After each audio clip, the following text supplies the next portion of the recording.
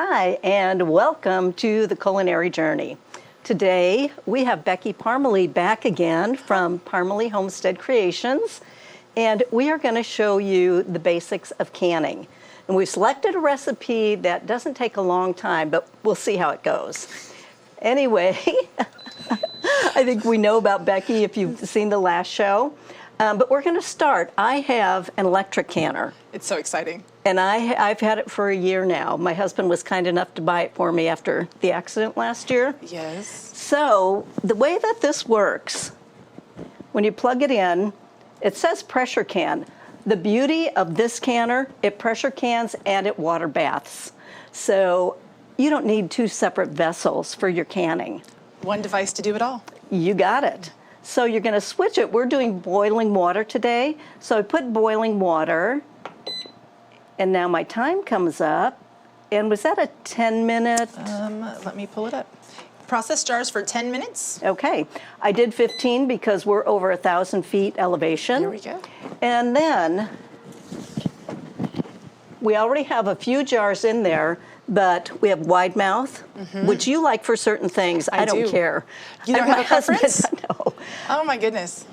Fill halfway. Right. And there's already 3 quarts of water in the canner. So we're going to put these in, and while that's heating, we're going to chop our vegetables. Oops. And so we're going to obviously boil our water, but we're also Yes. going to sanitize our jars in this process. So while Susan's getting that all figured out, this will sanitize our jars and have everything ready for the canning process. So we will have our hot boiling water ready to can, our pickled fennel, and our jars will be sterilized and ready to go. Right. So it says insert jars. They are in. My top is on. It's secure. I push the advance button. It's now warming. So it will heat our jars so you don't have to fill them with boiling water and wait. Exactly. It does it for you. It is a multi-purpose machine, which is very handy. And a quality investment. It really is. And I've had 2 other friends who've purchased them since I got mine. Right. Probably more than that. Anyway, I would say the main ingredient is the fennel. Yes. Now I've already chopped 3 of them. We need 1 more. So I'm going to go ahead and start that. And I'm going to talk to you about sanitizing the rest of the process. So we have an induction burner here. You can use your kitchen stove. What I like most about induction burners is it gives you the built-in thermometer. So you have, you know exactly how hot your water is. So I just brought this water to a boil, and we're going to go ahead and transfer it over along with our lids and rings. And so most of you, if you're canning, will have a kitchen magnet of some sort. And Susan talked about using traditional jars as well as wide mouth jars. I prefer wide mouth for pickling because it gives you more room to shake your dried spices, for your vegetables to move around in your brine. But you can use whatever you have on hand. Canning does not need to be expensive. It's just about preserving summer. So again, we're going to do both sizes for you today, and these are our lids. You're going to want to stack them so that way there's space in between. So like here I put a big, little, big. So that way the rubber seals don't stick to each other, okay? So you're gonna go ahead and put that in your vessel and then throw your rings in on top, and we're gonna add this boiling water, and so this can sit and sanitize while our jars are also sanitizing and we're making our recipe. So, And I'll continue chopping. We do, as you see, halfway after you cut the core off, and then I take the core out of the center. And then turn it upside down and start making, I'm going to call them matchstick type pieces. When I first saw them, I thought it was like celery, you know, ants on a log. Yes. Like, that's kind of what it reminds me of. So yeah, long skinny pieces, which will be wonderful in whatever salad or protein you decide to include with that. And I'll tell you what, there are so many good recipes. You see how many I have marked. Now, I haven't made all of them, but I've done sloppy Joe mix. I've done 3 different salsas. I've done Mexican tomato sauce. Oh, nice. Yeah, a lot of different things. That's amazing. Jellies, Right. peach bourbon jam, strawberry jelly. And this is where we talk about picking recipes from trusted sources. Yes. So this is Susan's new favorite cookbook. You can see all of the wonderful things that she wants to make or has made. But make sure that your recipes are not coming from a home chef blog, that you are using tried and true recipes for shelf-stable canning. Now you can make anything you want from any recipe you want, but put it in the refrigerator. So if you're going to use a shelf-stable recipe, you need to make sure that has been inspected and tested and is in fact safe, because you love your family and you don't want to accidentally hurt them. Yeah, no botulism. No botulism for our friends and family, right? And I've never had anything. We haven't even gotten sick or anything, and I've only been doing this 3 years.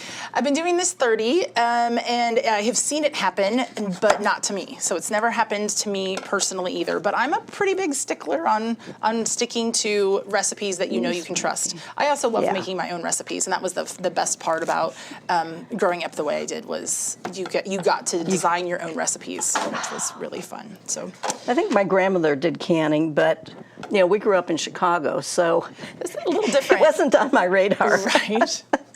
Okay, well, you keep chopping. I'm going to move the rest of this water. We want to get our lids and rings in at the same time we do our pots, so that way they have that 10-minute sanitation period. Grab this real fast. And that hot water helps to swell that little ring around the edge. It does, yes. So that you get a really good seal. Originally, I had a few issues sealing, and I had to pay more attention. So I always do use boiling water for the lids. And then you can actually feel when you put it on the jar a little bit of suction. It's true. And then go ahead and put your bands on. And we'll talk about that when we do bands. Yes, exactly. And you want to make sure that everything is clean and that you have that opportunity. So, so you've salted the fennel that we already have already chopped. Yes. So there's that. Then our orange, and I love this combination. I have a salad recipe, I think it's from one of my magazines, that is an orange and fennel salad. It is so good. That sounds amazing. Okay, we're going to quarter the orange. Okay, I'm giving up on this ladle. We're going to pour. Okay. Just don't get burnt, because this is ridiculously And then we're going warm. we're going to slice it crosswise. There we go.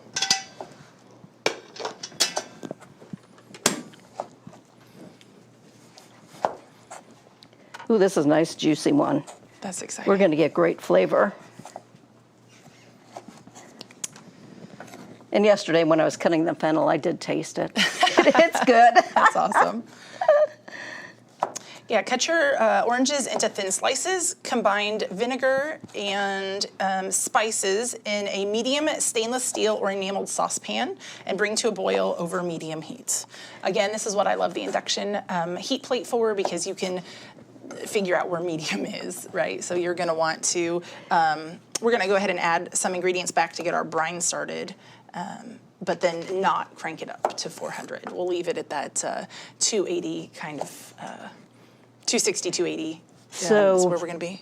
Do you want to go ahead and start the brine? Yeah, let's go ahead. So it'll be ready when our jars are ready. Right. Okay, so 2 cups of apple cider vinegar and a cup of fresh orange juice. And Susan's already prepped that for us, which is amazing. Yeah, I had lots of fun doing the oranges, making fresh orange juice. Right. I told my husband, I need a juicer. I need a food mill. Right. My birthday is coming up. So hopefully he heard me. Right. He's usually pretty good about it. Right. I only use my food mill about twice a year, but it is worth every single penny. Yeah. It makes things so much easier. Well, they're expensive. Yeah. But, when I sit there and I look at all the seeds and trying to put your tomatoes through a sieve, forget it. Okay, cut oranges, combine vinegar, and the next 3 ingredients. Okay, here we go. So apple cider vinegar, fresh orange juice, water, and sugar or honey. And I believe we're using honey, right? We are using honey, and I love using honey when I am canning. My peaches which I have a jar up here. I use a honey syrup. Wherever I can substitute honey for sugar, I do that. I'm not a big sugar fan. And the thing is, with canning, you cannot alter the amount of sugar. No. I mean, everything is based on sterilization and, preserving. Right. So bacteria grows in water, and you have to replace that water in your recipe. In your fruits and vegetables, you're replacing that water either with sugar or salt. Curing, pickling, canning, you can't mess with the amount of sugar.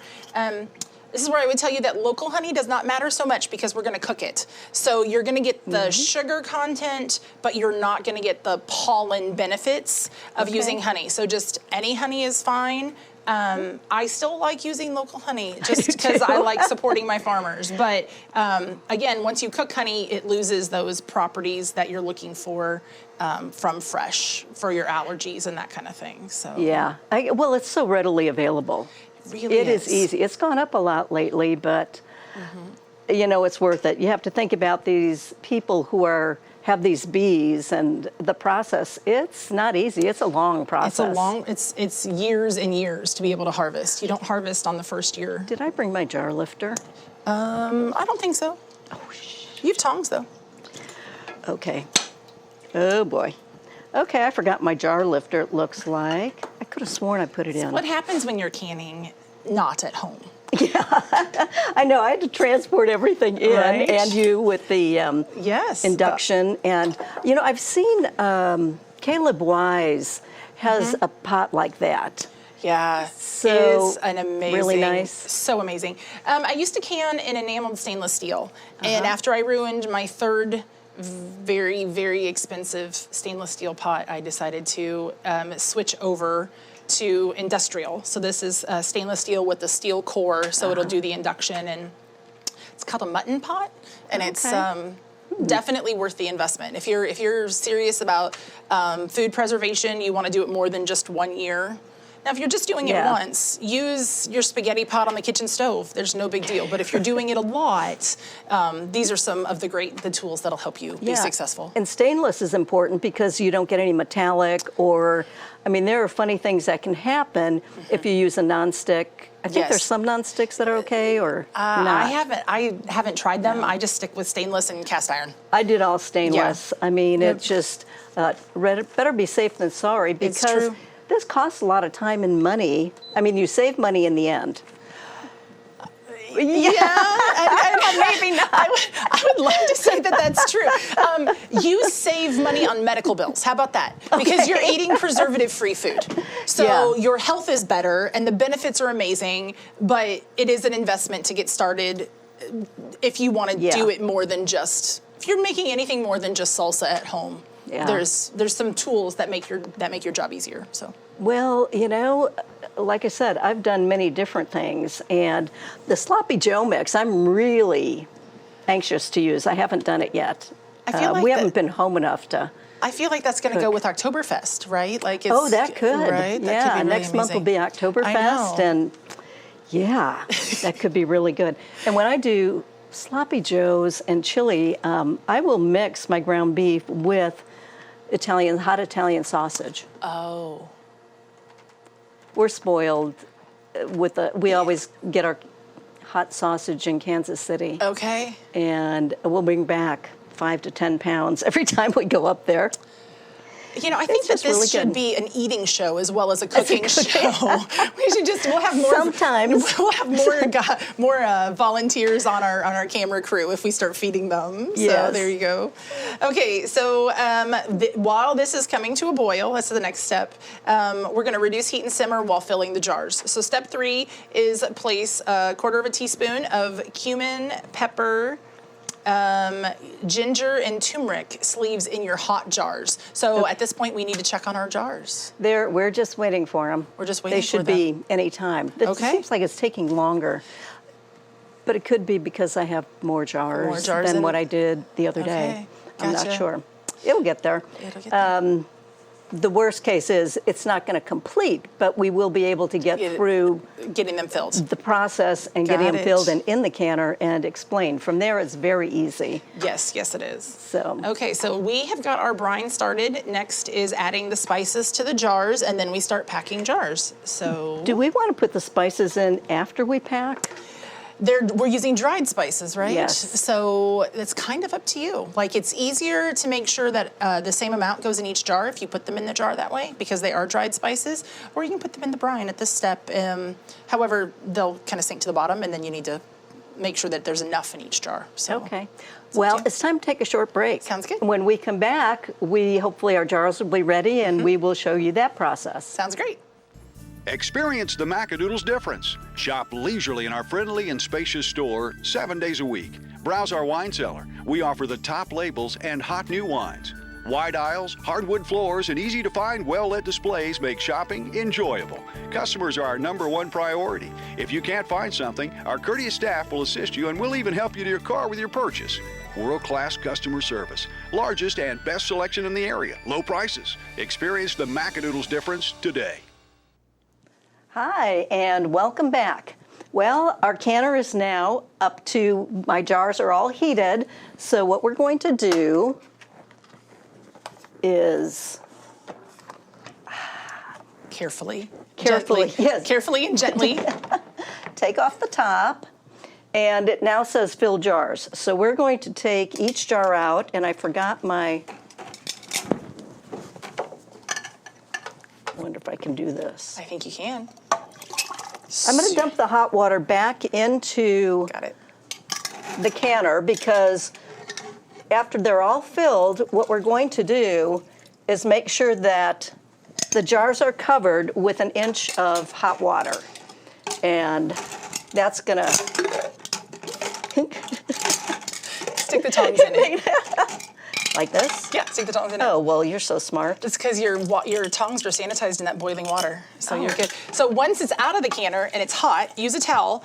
But when you switch to your hands, just don't touch the top where the rings go. Okay, there you go. Because that's the part that needs to stay sanitized: the inside and the top. Okay. Got it? Okay. There here we go. We're gonna fill some jars. All right. So I'm going to go fennel. Get out of there. A couple oranges, more fennel. See, Terry likes the wide mouth jars because his hands are big. It's easier to get pickles. I like the wide mouth jars because they're easier to keep clean. Oh, I don't think about that. Yeah. Well, you have little hands. So, I yeah. know, my hands are very small, but that's okay. I think that's the best think- part about being vertically challenged is that Everything's small. you can do things I can't do. Well, what do you think? I think it looks beautiful. One more. One more? I think so. Okay, my turn.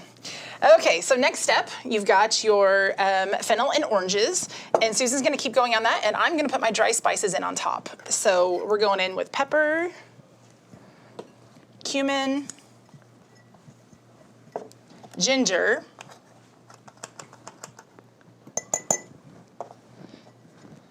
and and 1/8 of a teaspoon, or a smidge of turmeric. Okay, so we've got our dry spices on top, and now we're gonna top this with brine with our beautiful mixture. I will.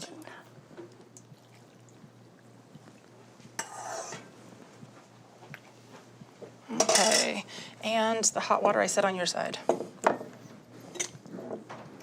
I'm gonna set that there. Vinegar. Yeah, we're gonna need to fill it up with hot water here.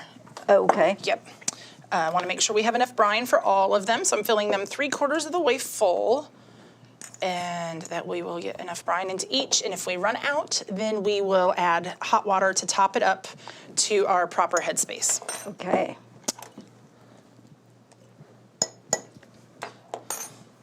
Just like your shampoo, rinse and repeat, right? So we're gonna We're gonna just keep on going here. It's a lot more fun. Canning is way more fun when you have a second set of hands in the kitchen. It keeps everything easier to process and more fun to do when you have help. Well, it really helps when I'm doing tomatoes. Terry's really good at pulling the skins and chopping. And so it goes a lot faster because to keep us for the year in salsa, it takes 50 jars. Oh, I don't doubt it, yeah. So, especially if you like salsa. we do. Nice. So lots of tomatoes. And the garden did not do real well this year. Yeah. No. This was a hard year. It was wet too early and then dry in the heat. So it was not a great garden year. Thank you.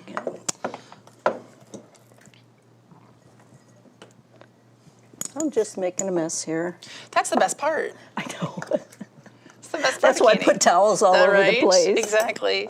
And if you're doing this at home, don't think it's going to be perfect. It's going to be messy. It's going to be a little ugly, but you know what? It's going to taste amazing. And so ugly doesn't really matter when you're canning. It's just... Well, we're probably not going to get that last jar because I'm using up all the fennel. Oh, well, hey, you know what? That's how you know it's good. Which, you know, it might be perfect because I don't think we have enough brine either. So Oh, good. I think we might And land that's okay, you know, right because on there are target. times when the recipe says it's going to make this much and it doesn't. And it doesn't, exactly. I mean, I'm like, how do they measure? Right. Okay, so when we talk about fresh spices versus dried spices, you can see how they've all settled to the bottom. So if you're looking for a consistent brine, you're going to want to measure into each jar. So that way you have the amount of spices that you want in that specific jar. So makes it a little bit easier, especially with anything that's dried. Okay, I'm going to start debubbling. Yes, please. You want to get air bubbles out.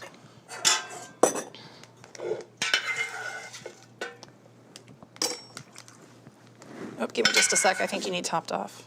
Yeah. I don't know that I have When enough this to do that. needs a little bit. It's funny, after you do this well, you can eyeball. Yep, Are you going to need more water? I do. Let's fill those up.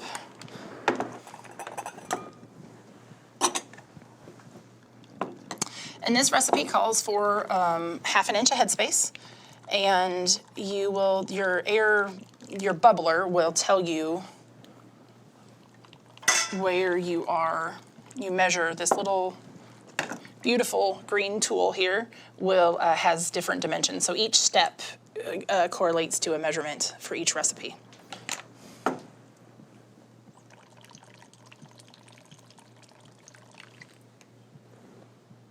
Okay.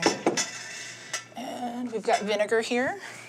Because there's vinegar in this recipe, unlike fermenting, there's vinegar in this recipe. So we're going to go ahead and clean the edge of our jar with a paper towel and vinegar to make sure that if we spilled any spices or got any orange juice on it, that does not prevent a solid seal.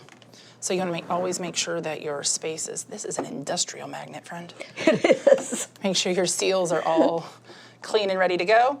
When you're taking your lids out of hot water, make sure you don't touch that inside seal. You're going to want it to keep the oil in your hands will affect the way that can's up tight. And then you just twist that on hand tight and it's ready to go right back in the canner. Is this one ready for me? Yep. Okay.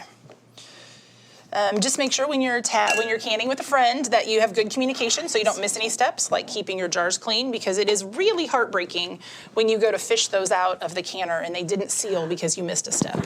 I've had problems with not sealing. I've never had any burst. Oh, good. Yeah, I feel fortunate.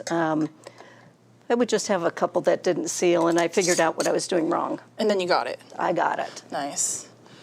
So as these spices rehydrate in the brine, the brine that we made, they will release more flavor. So if you're going to do long-term canning, I like to use dried spices. So if you want this to taste really amazing in February, then I use dried spices. If you want to eat it in a week and a half, then use fresh spices because they release their oils faster. Okay. Okay. I did that. Yes. I did that. So this is why you have a partner, because you need somebody to check your work. And then we will be ready to turn this canner back on. All right. Now, and I don't know if you noticed, but it is, in fact, easier to stuff a jar with anything pickled when they're wide mouth. So Yes, you're right. if you're pouring your ingredients, then traditional jars work just as well. So. Okay, what I just did was dump the rest of the vinegar into the canner, which keeps the inside of that canner clean. There are no water spots in that guy. The vinegar neutralizes the chemicals that are found in tap water, the iron and the minerals and that kind of thing. So it works to do that. Do we need? Is this more? Yes, this is. I need more water. So now what has to happen is we're going to put hot water to cover the jars. There you go. Now, this jar lid and ring that we did not use is still good. You'll just let them air dry or dry them off and store them. Don't let them get rusty, but they'll be good to use another day. Beautiful. Perfect. Okay, now, next step. The lid? Now there we go. We're going to start the the actual canning process.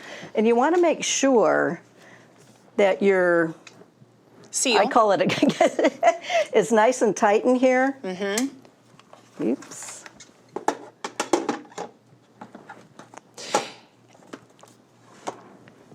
And flip that down, lock her up tight. And we are going to advance. Now it's going to start heating. When it gets to temperature, like 212 degrees, I believe, then it will start its countdown on the actual canning process. Yes. When it gets through the 15 minutes, it will beep. You take, and it'll say cool. You take the top off, set it aside, and you let it cool for 5 minutes. It beeps 10 times, jars are done. Nice. And then you just lift them out straight. You don't pour the water off. Exactly. Yeah, so you want to make sure that you don't do anything after your jars are canned. You don't want to disrupt that seal in any way. So you try to keep the brine away from the lid while you're moving them from your hot to your cool. So you're going to set them on a towel on your kitchen counter or set them on like a cookie rack, just something not directly on your counter. Like they need to get a little air underneath those jars and they'll cool down faster. And then the directions, your lid directions will say not to move them for 24 hours. So put them someplace where they can sit and they're not going to get knocked over by kids or pets. Right. Yeah. Well, and you'll hear them start popping right away. Yeah, I know, that's the best part. And you're just like, oh, yes, it worked. But you can look at them and you'll see what was popped up is now inverted. Well, you should show. Oh, yes. So, and we could talk about, too, lifting them. Right. So this is, tell me what this says. Veggies? Jardineri. Anybody, if you're from Chicago, you got to have authentic jardineri for your Italian beef sandwiches. Got it. Okay. So you can see that there is an indent, like it has sucked itself down, which means there's no additional air in that jar. You test by if you're brave with the lid. If you're brave, I always do. If you're brave, you test with lifting. I want to know that they're sealed before I start lifting them and spread spaghetti sauce all over my kitchen. You should also store your jars without rings. So once they are completely cool, tomorrow we will take the rings off because it prevents a false seal. So when you reach into your pantry, you're going to immediately know if that lid is on or not. Which keeps your family safer. You want to do when you're storing them, you do not want to stack them because that can also affect the seal. Affect the seal, yep. And depending on the brand of lids that you choose is how long they're guaranteed for. That manufacturer guarantees this brand for 18 months. But I have opened jars that are 10 and 15 years old and everything inside is just fine. You know, it's kind of funny. Expiration dates protect the company. The manufacturer, yes, yes it does. So. Not us necessarily. The other thing, I have a question because, and I don't have one here though. Well, sometimes you'll have the liquid down at the bottom and like these peaches might be floating towards the top. Sure. What causes that? It's the different specific gravity of the item. So like the sugar in the peach juice has settled and sugar is heavier than peaches. So as they age, they will float. And then when you open the jar, you will just push them down and they will rehydrate. Generally, jarred peaches, hand-canned peaches are my very favorite for like baking and ice cream. And you want, because they're going to be real soft, right? They've been cooked. And so any any recipe, but I like to use everything in the jar. So whatever recipe I pick, I use all of the juice, all of the sugar. But yeah, it's about the specific gravity of what you've canned. So anything heavy, sweet is heavy, it settles to the bottom. So all right. Well, that's going to do it for us. This has been a pleasure. I love when Becky comes on. I love it. It's so much fun. And then also, we are going to we have aprons on today. Yes. We have the history of aprons. And this is just really sweet. It is. What aprons were for originally. They're not as popular today, although I do have a few friends who do use aprons. Yes. I think we've become spoiled. We can just shout out stains. So Also true. Yeah, also true. anyway, thank you for tuning in, and we hope you subscribe and like us, and we'll see you next time. Next month, Oktoberfest. Bye. Bye.